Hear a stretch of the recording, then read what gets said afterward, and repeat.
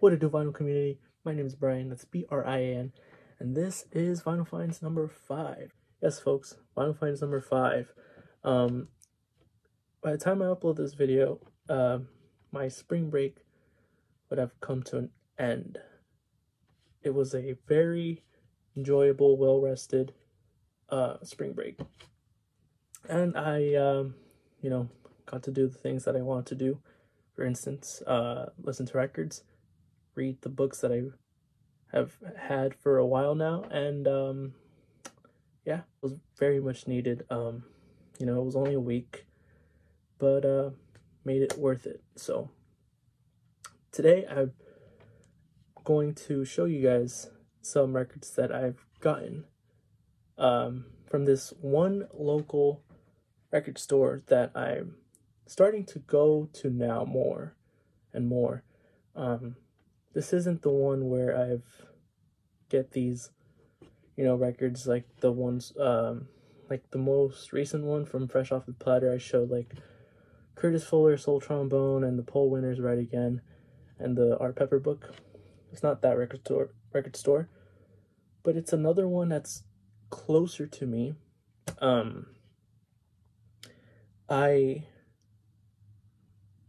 This year I have gone like more and more. I think they're brand new. I'm not sure. I mean, last year I think I went once. That was like October of 2022. And I didn't know they existed. And at the time I went and they were, it looked like they were just settling in because everything was so, I don't want to use the word disorganized, but I can't think of another word.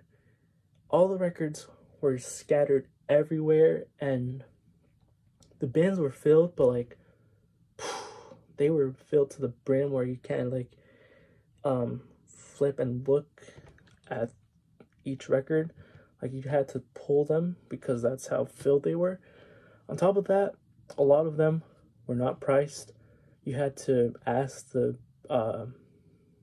person at the counter to, for the price, and they would, assumably, I think they would look it up on Discogs, look up the median price, and from there they would tag the price. They would, place a tag sticker and put price tag is what I'm trying to say. The first time that I went, I didn't get anything. I just was looking around, trying to get familiar with the, with the shop. And I think at that same day, the first time that I went, they were hosting like a Whatnot live. So yeah, I was like, okay, cool. I get to dig. I think I was like the only one there. Everyone else was working. Anyways, fast forward to maybe a month and a half. School that I go to takes me, like, I use public transportation, so there's a bus stop that's like not that far away from the record store. And so I was like, you know what, I'm gonna stop by and see how things are going. And again, this was maybe like a month ago. I wouldn't say a month and a half, maybe a month ago, yeah. So I went. It was like the second time that I went, and it was still like disorganized. I was surprised because, again, the employees were still, pricing things and organizing records. And I mean, I understand it's a big process, and it takes time for stores to develop the way they want it to, and hopefully they can, turn out the way they want it to be. But that was the second time that I went, and this was what, March maybe, or April. I mean, it's still April, but March, so say October, November, December, January, February, March. That was like a span of 6 months that I had not been. Again, I'm not gonna name the store because I mean I'm still going, but they are interesting to say the least. I'm not gonna be I don't know, like a hypocrite or whatever, because of the staff there are nice. It's just there are some things that I think they could work on, but other than that, I'm here to show y'all some of the stuff that I found. I've listened to all of them now, and yeah, just talk about these records. So first one, surprisingly, this is the first one that I saw when I went back. I think this was maybe no, not the second time. The second time I just went and saw things, saw some records. I was like, okay, maybe I'll come back again and see how things were. The third time that I went, I think they had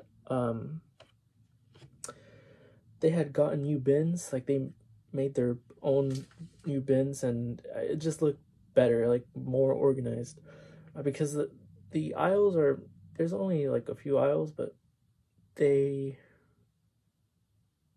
are like so tight that it's kind of hard for people to move, especially when there's records stacked on the bins.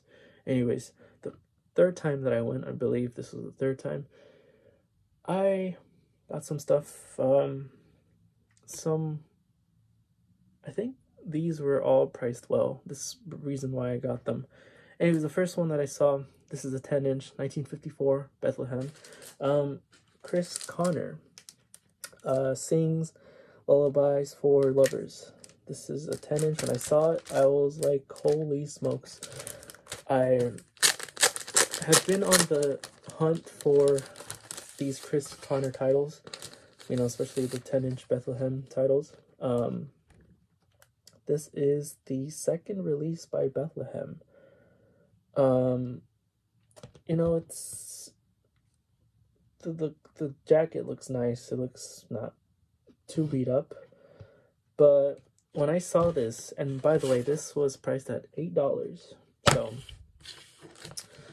when I saw this record there, I still got it because it was $8, but when I saw the disc, it had nothing. There was no inner sleeve, and when I looked at it, there were, you can see it. I hope you can see it on the camera. Hopefully the camera captures it, but there are a ton of scratches. And I was like, you know what? I'm going to take the risk and see, for $8, I'm going to bring this home. Hopefully there's no skips.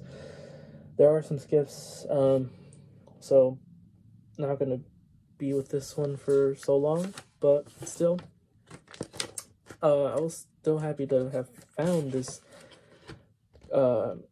Chris Connor record. She but she sings beautifully. Beautiful female vocalist. And I think who else is featured on here? I know there are others here. I can't remember who though. But yeah, this is definitely worth it. If you can find a clean copy, get it. Yeah, Chris Connor sings Lullabies for Lovers. That one was neat. Yeah, so I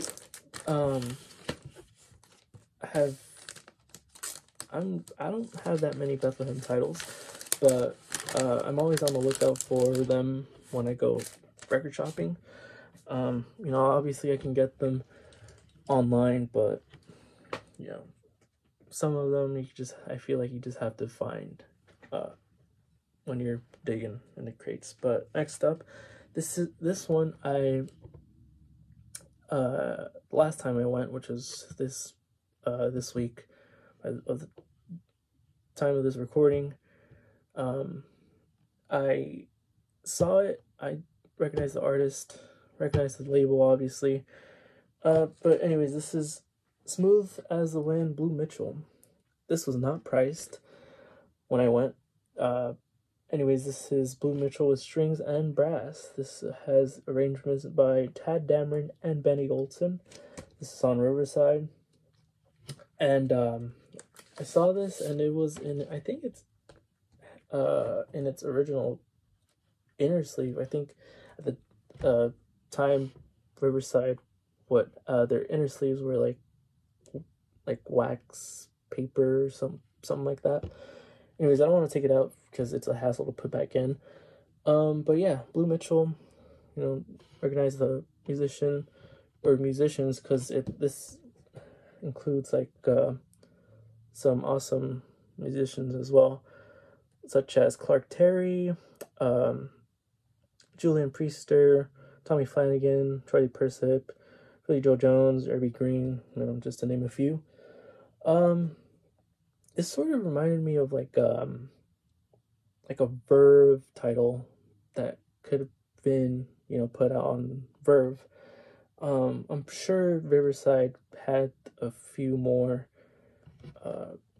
albums that included orchestra, but I don't own any other ones except for this one, I think. Anyways, when I looked at the wax, I was like, okay, side 1 looks really, really, really clean. Then I was a little scared because side 2 has this like scratch, and I thought there was going to be major skips from that scratch.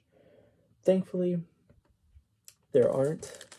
I listened to this one today for the first time, and it sounds great. I mean, whenever I'm in the mood for orchestrated jazz, I would spin this one. But yeah, like I mentioned earlier, this wasn't priced, so I was like, okay, if one of the employees there, because I think the owner wasn't there at the time, I think he went to New York anyways. Well, one of the workers there, I told him, hey, could you price this one for me, please? And he was like, all right. And I think he came back with the record price, and I think it was like $9. So I was like, okay, gonna get it. I'm pretty sure this one's cheaper on Discogs, but I was there already. I was like, you know what, I'm gonna get it. But yeah, Blue Mitchell, awesome trumpet player. And yeah, Benny Golson, that's also one of the reasons why I got this. But I'm also trying to collect these Riverside titles, because again, I just like the Bethlehem, I need more Riverside. So awesome to have this one. Next up, I don't know what's next. Oh yeah, so these two, I think I saw maybe the third time, the same day that I got the Chris Connor. I saw these two titles. I'm gonna show you the first one. It's on Pacific Jazz, 1958.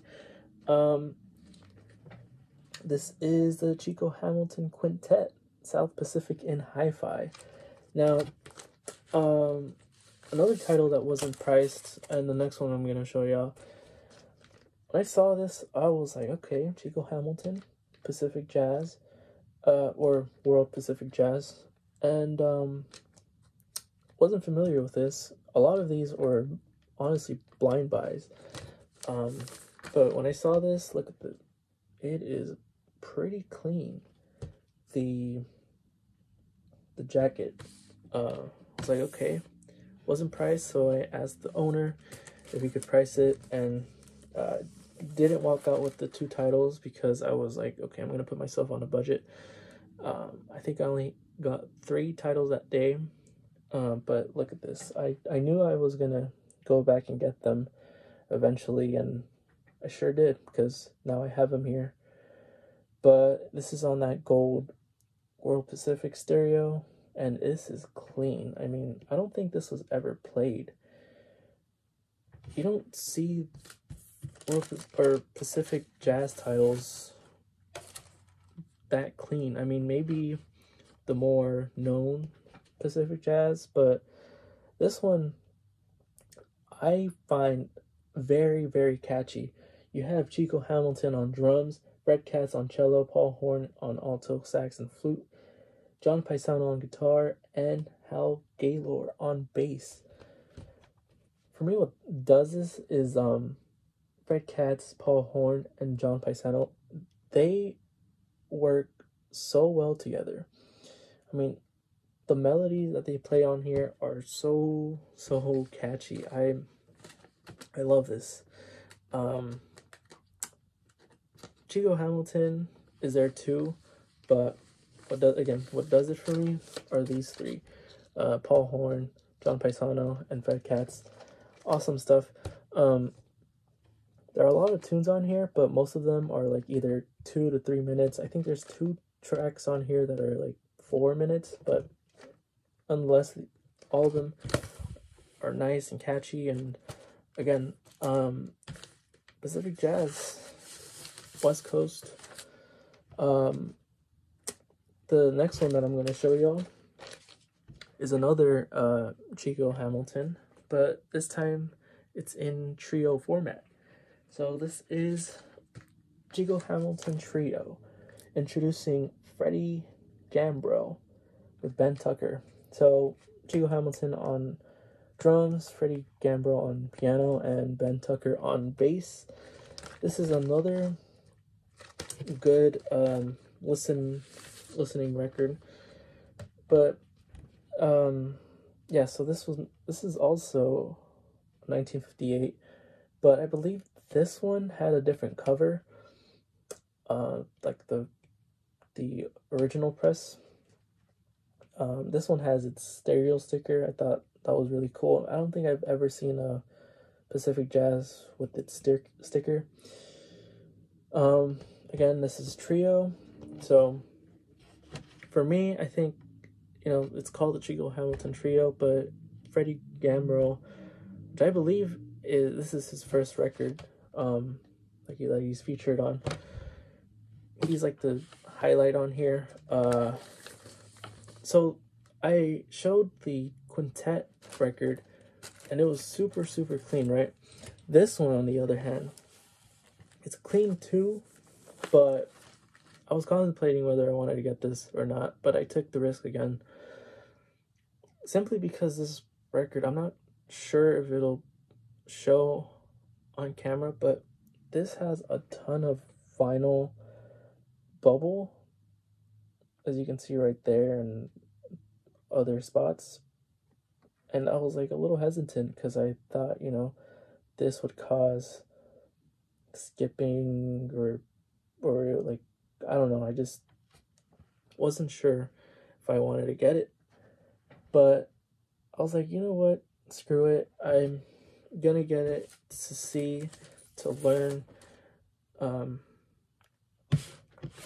And it turns out it didn't skip or anything, but I maybe it can ruin the needle. I'm not sure.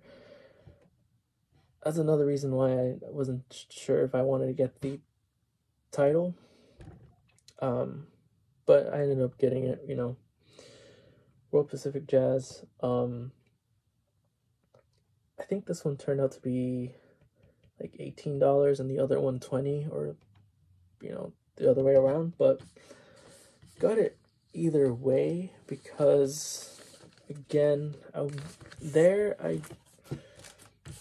to support regardless. Happy to have this one too. The next one is one that I recently got at that store, the shop, and not familiar with it until I spun it today, and it is really good, really good. It's unique and awesome trio. They work so well together on here.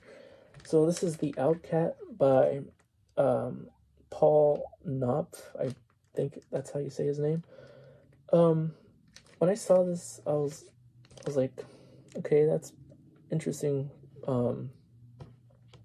It's an interesting looking cover. And when I saw the back,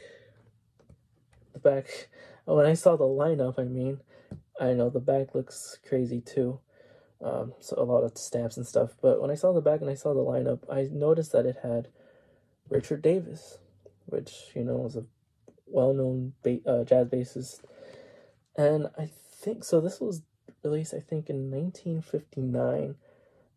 So you got a young Richard Davis. He's credited as Richie Davis, but yeah, this is a trio. Wonderful music is, not sure if that's the word I should say, because I don't think everyone would enjoy this.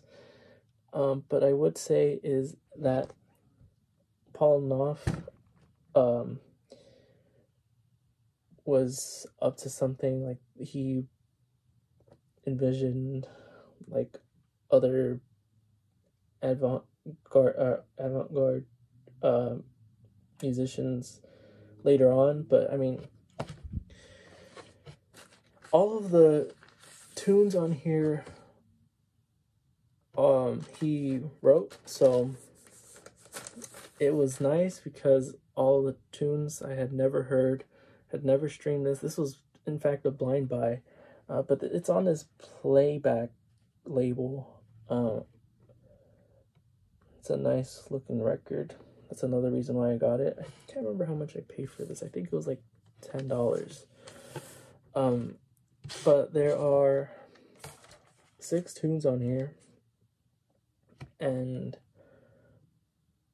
you get to hear like a mixture of jazz and like classical at times. I honestly dig this. Saw on Discogs there are a few out there. Like price range from like $10 to, I forgot now, but if you can find this and if you're into weird things, I mean, to say weird is, I don't know, I don't mean it like in a bad way, but like this is weird in a good way. Awesome stuff. Trio, the Outcat, Paul Knupp trio. That was one that I was excited to listen to when I brought it home.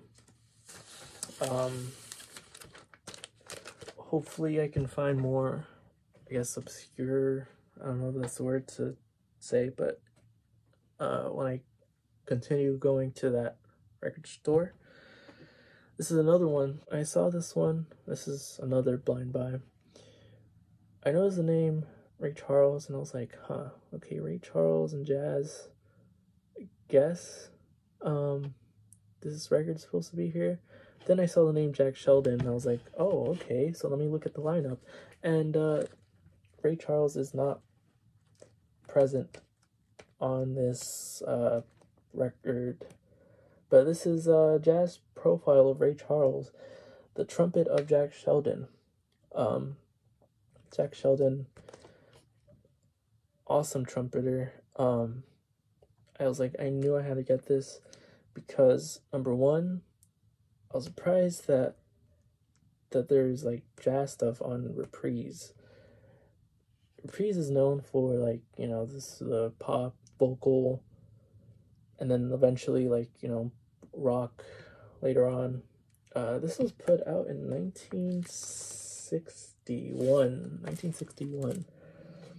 But I saw this and I was like, you know what, I'm gonna get it because I've never heard this, and it's probably gonna be great, and it is, because you have Jack Sheldon on trumpet, Marty Paik on organ, Joe Mondragon on bass, and John Markham on drums. So this is a quartet. Ray Charles is only on the liner notes here. I'm not sure what the deal is, but hey, I mean, the tunes on here are great. Some standard, some I don't hear that often, I guess. The wax here is clean, and yeah, I've been having luck finding promos because as y'all saw in the last few videos I've showed some promos, and now I'm showing like either the wax is, you know, promo, or the jacket is the promo, or even both.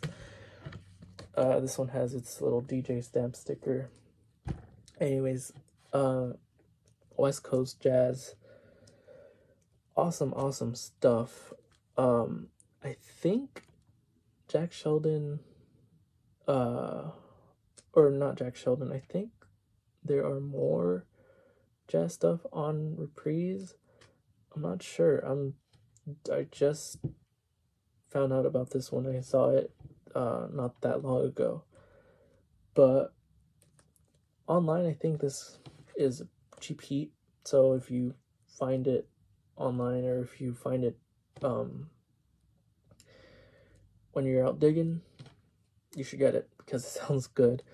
I will say, Jack Sheldon is like, his trumpet is loud on here, so if you're not into that hot mix type thing, then maybe don't get this, but I love it. So yeah, Reprise R2004 2004.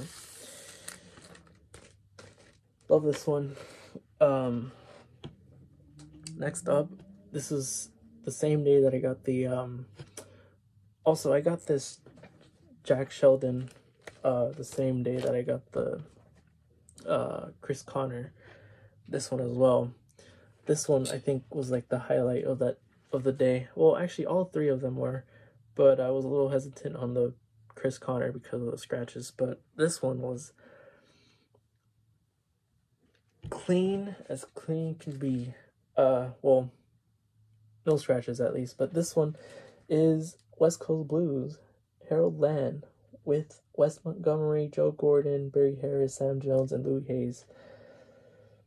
This is, when I was digging the first time, I guess I didn't see it, because when I went again, or whenever I go record shopping, digging through the crates at a record store, I like to flip multiple times just in case I didn't see something that I missed the first time.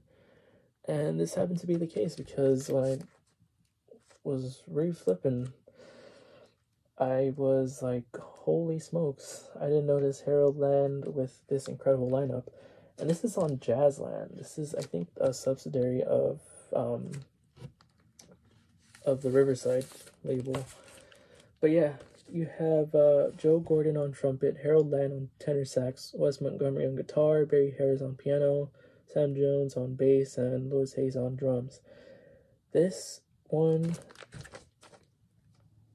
sounds incredible, plays incredible, and the only issue, I guess, is the jacket is a little like beat, but I mean the wax is so nice.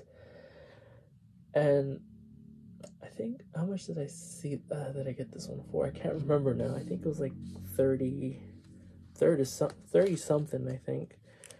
But hey, if you look at like the secondary market, it's priced around the same price that I got this for, so win-win. Now, like I said a few minutes ago, or a few seconds ago, this sucker was like, it was dirty, but there were no scratches. So I was like, okay, this is definitely coming with me. I mean, I guess you can see a little bit of it, but this sucker is clean. And on that Jazzland label, I don't have that many Jazzland stuff either, but every time I see something, if it's priced well, because they also had a Zoot Sims title on Jazzland, but it was beat up, so I just brought this one home. I think I only have 2 more. So these last 2, when I went and got the 3 titles, the Chris Connor, Jack Sheldon, and Harold Land titles, I saw this one that I'm going to show you all next. I was very hesitant on getting this one, simply because it was scratched. And I mean, here's the thing. When I saw this, I was like, okay, I recognize the musician, or one of the musicians. Actually, no, I recognize both of them, actually. When I saw the price of it, I was like, okay, let me look it up on Discogs. And I think they priced it well. I wouldn't say underpriced, but they priced it well. They had this at $25. And I'm saying this because I guess they did grade it, or not grade it, because they don't grade the things. I guess they have a Discogs page, but I don't think I saw this title on their Discogs. Anyways, this is Ramblin', the Jack Wilson Quartet featuring Roy Ayers. This is on Vault, and this was priced at $25. Now, I think for $25 it's something that I was like, I'm bringing this home, because number one, finding a clean copy, I think it's like, you have to pay at least maybe $100 or something like that, but the jacket is clean. I'll show you all the wax. I mean, the wax has seen better days. Yeah, y'all, I will say there's only one like skip, a repeated skip, I like to call it, on let's see, side 1, track 3, Kilo. Funny enough, when I showed this on Instagram, yes, I posted this on my story on Instagram. This, when I posted the picture of it, I like to include one of the tunes on whatever album that I post, right? And I picked Kilo, and of course it had to be the tune that I picked that skipped on this record. I was like, wow, what are the odds of that? But the quartet features Jack Wilson on piano, Roy Ayers on vibes, Monk Montgomery on bass, and Varner Barlow on drums. I think the only one I don't recognize is Barlow on drums, but the other 3, Roy Ayers put out some killer stuff later on through his music career. Jack Wilson, they have a Jack Wilson at this shop. I might say, well, I don't know if it's nice to call the shop the record store that shall not be named, but anyways, the shop has Jack Wilson Blue Note title. I think it's called Easterly Sounds or something like that. It's a Blue Note title, like later 60s. I think they had it at like almost 160 or something like that. And I was like, yeah, if it was priced better, I think it would have been, one of the records to bring home. But anyways, this is a fantastic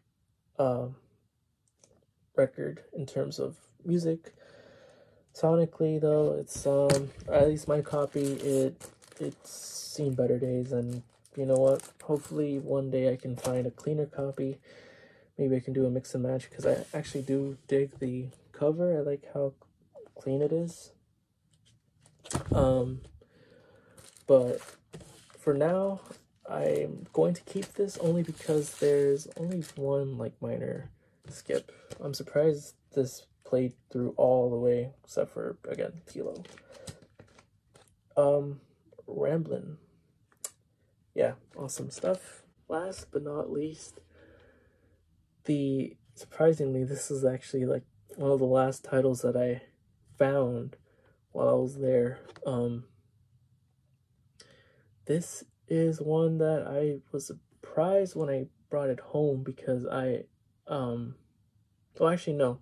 I looked at the Discogs prices for this title because at first I thought, man, this one, I think I had to pay the most for this one out of all of them. But when I looked at the Discogs marketplace, I was like, hold on. I didn't know that it was hard to find clean copies of this. Having to pay a lot for a clean copy, at least, because when I saw Discogs, I was like, okay, maybe I am gonna pick this up, and I ended up picking it up because of how clean the jacket was, the wax, everything. I showed this on Instagram, I think the same day that I got it when I brought it home. Anyways, this is Verve, V8538 Night Train, Oscar Peterson Trio. Yes, this is a mono pressing of the Oscar Peterson Trio Night Train. This, I tell y'all, this is a super clean copy, other than this little thing. But I mean, come on, look at how freaking clean this is. And it does have a little like hole punch thing, but you know, it is what it is. And it also comes with the oh, you can see it, the Verve jacket, inner sleeve. This is the Verve Records Deep Groove, and yeah, super clean copy. Oscar Peterson and his trio. The trio is Oscar Peterson, of course, on piano, Ray Brown on bass, and Ed Thigpen on drums. A lot of standards on here. And the only thing I have to say, like negative thing that I have to say about this is that the cymbals are like either too hot or just they are just distorted. Other than that, everything else sounds incredible. Everything else being the piano and bass, but or I guess the drums too. But like, you know, when it comes to the cymbals, the cymbal playing on drums, it is what it is. I believe Acoustic Sounds put this in their series, or maybe the Analog Productions, I can't remember now, maybe both, but for now I'm going to keep spinning this. Maybe eventually I'll give the reissue a shot. You know, I recently, I think the last video, yeah, it was the last video I mentioned, I need to get more of these Acoustic Sounds records, because they are, after comparing it, I'm not going to say which record, you just have to tune in, or you have to watch the last video. Last video I compared a promo Impulse title, early Impulse title by the way, with the reissue, and they were both neck and neck. So that's all I'm going to say. Anyways, this is the last record that I got for this video. If y'all stuck around, thank you. Truly appreciate it. Leave a like, comment, subscribe, follow on Instagram. I'll leave a link of my ID in the description. So yeah, I have another video in mind, another mail time video, but for now, this yeah, this is my spring break was awesome. Hopefully you guys are doing well, and hope to see you guys in the next one. Take care.